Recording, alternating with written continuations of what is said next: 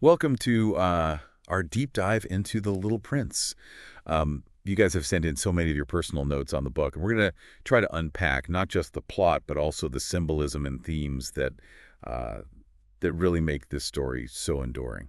Yeah, it's really amazing how this book, The Little Prince, works on so many different levels, right? I mean, it's a children's book, but it really speaks to adults on such a deep level. Yeah, and I've always been fascinated by how the story starts.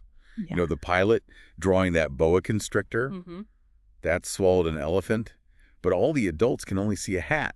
Right. You know, Yeah, it's so brilliant. It's like such a brilliant way to immediately in the first few pages show the difference in perspective between children and adults. Children see the world with this sense of wonder and imagination, and adults, we kind of get bogged down in the practicality of everything. yeah, do you think that's something like we inherently lose as we grow older? Like that ability to see beyond just the surface? It's definitely one of the big questions that the story asks us to consider. Yeah. As the little prince travels from planet to planet, he meets all these different adults who are so fixated on things like power, admiration, Right. possessions. Right. And it really makes you wonder, have we lost sight of what is truly important? And it's not even just that they're, focused on these things, but it's like they can't see beyond them. Yeah. Like the businessman who's counting all the stars, he doesn't even appreciate the beauty of the stars. Exactly. He's so caught up in, his own very narrow perspective Hmm. that he misses the bigger picture completely. And that kind of brings us to this theme of connection, which is so central to the story. We have the pilot stranded out in the desert, completely isolated until the little prince arrives. Right. It's such a stark contrast between this lonely pilot and this curious, whimsical little prince. But yet, they form this really strong bond despite all their differences. Yeah, their shared experience of vulnerability, I think, creates a space for genuine connection. Hmm. And it reminds us that even in our loneliest moments, that the potential for human connection still exists. Yeah, and then there's the little prince's encounter with the fox who teaches him about taming. Yeah. And I love how the fox explains that it's really about building relationships through time, attention, love. It's such a beautiful way of illustrating how meaningful connections require effort. They require intention. We Right. have to invest time and energy to cultivate the bonds that matter to us. Right. And this kind of makes me think about the baobabs, like how the little prince is so diligent about weeding them out every single day, Uh-huh. you know? Yeah, the baobabs are such a powerful metaphor for all those negative thoughts and anxieties that can just take root in our minds. Right. And just like the baobabs threaten to destroy the little prince's planet, our own, negative thoughts can consume us if we let them. So the act of weeding them out is almost like a form of self-care, a reminder to be mindful of, what we allow to take root in our own minds.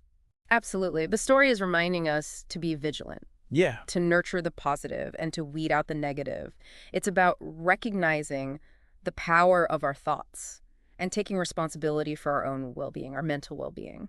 Okay, so let's talk about the rose. Okay. She's so beautiful, but she's also demanding and vain. Yeah. I've always wondered about the complexity of their relationship, you know? The rose is just such a fascinating symbol of love in all of its messy glory. Right. She's not perfect, she has thorns, she requires a lot of attention, and yet the little prince loves her so deeply. Do you think her vanity, reflects a human need for validation and love? Yeah. Like we all want to feel cherished and appreciated, even if it manifests in ways that aren't always ideal. That's a really interesting point. I mean, it's like the story showing us that love isn't always easy or straightforward. Right. It can be challenging, it can be demanding. Frustrating. Yeah, frustrating at times. But yet it's also incredibly rewarding. Yeah. And the little prince clearly feels this profound connection to his rose despite all her flaws. It's like the fox said, what is essential is invisible to the eye. Right. The true beauty of the rose and of love itself lies in those deeper, unseen connections. It makes you think about how we define value.